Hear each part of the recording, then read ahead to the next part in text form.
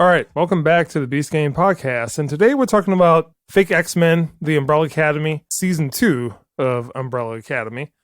And we're going to go to Keith. And you watched the first season of this as well, right? Yeah, first season and read the comic books. Briefly describe what the Umbrella Academy is. Kind of goes through a whole superhero tropes, the superhero family, the Fantastic Four, the X-Men. The twist in it, however, is that the family is extremely dysfunctional. 1989, comet passes over the Earth simultaneously across the entire planet. A number of children are born at the same time.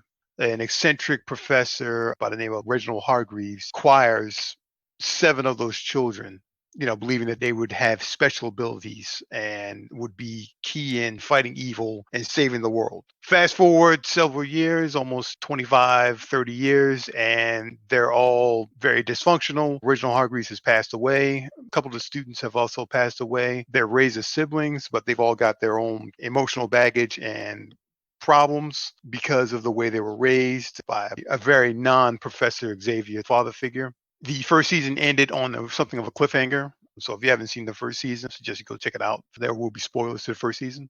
So first season ended with threat that was ultimately going to destroy the world, turning out to be their sister, who they believe was powerless, Vanya, played by Ellen Page. They end up neutralizing or stopping her, but in order to save the world and stop the destruction of the planet, one of the siblings, number 5, transport them to time. And that was the end of the first season. Second season, the time travel was botched. They ended up in the 1960s, specifically around Kennedy's assassination, various points in time around that period, all within 3 years of each other. They have to reconnect again in order to stop the apocalypse, which appears to have followed them to this time period. And they've basically got to stop and save the world while at the same time going through several of issues that are happening in that time period. A lot of issues that they themselves have caused. It's a spoiler-free synopsis in a nutshell.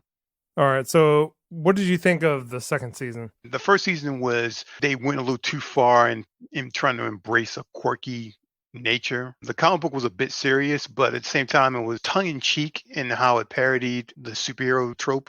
If you read a Fantastic Four comic book or X-Men comic book, it was they train all day and then they go off and save the world from various bank robbers, or they travel back in time to stop a villain from doing something. So as they were eating breakfast or something, they'd throw in a little quip about how they took out the evil librarians. So it'd be like little tiny things that were thrown out there, Easter eggs that people who read comic books would identify with.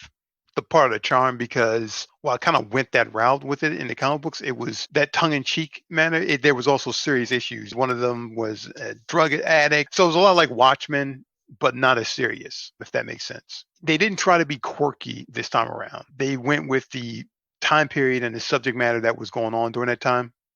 One of the characters, Allison, is popping up in the 1960s with the civil rights movement in full swing. Obviously has its own storyline to tell, and they handled that actually pretty good. The Kennedy assassination played into it. A lot of things that were pretty serious, and even the romance played into it, but even that was handled with, it wasn't cringy and trying to promote some kind of agenda. It was actually told like where it was legitimately authentic. You kind of saw the conformity that they had to do and everything. So the things were handled a lot more intelligently this time around. It lost that goofiness that it had in the first season and got a little more serious, but not too serious. That's it. So I like this season a lot better. It was a lot tighter control. The pacing was a lot better, and the storyline was a lot more centralized. And was Mary J. Blige in this season? No, her character was resolved the first season. All right, so what score would you give the Umbrella Academy? I don't know what I gave the first one. I don't think I gave the first one too big of a high of a score. Maybe gave it a 7 or so. I'd give this like a 7.5. There's been better. It's good and it's watchable, and it doesn't break new ground with things. Think forced diversity when you hear about the storylines that they touch on in the show, but they were handled a lot better. No one had an agenda in this one, right? And then try to, well, if you follow the progressive agenda, everything turns out great type of thing, right? It didn't try to wrap it up in some neat Hollywood progressive bow. It showed what happened, it showed when it went down, and how it was handled was believable. And you believe that's how it would have been handled and such events would have taken place.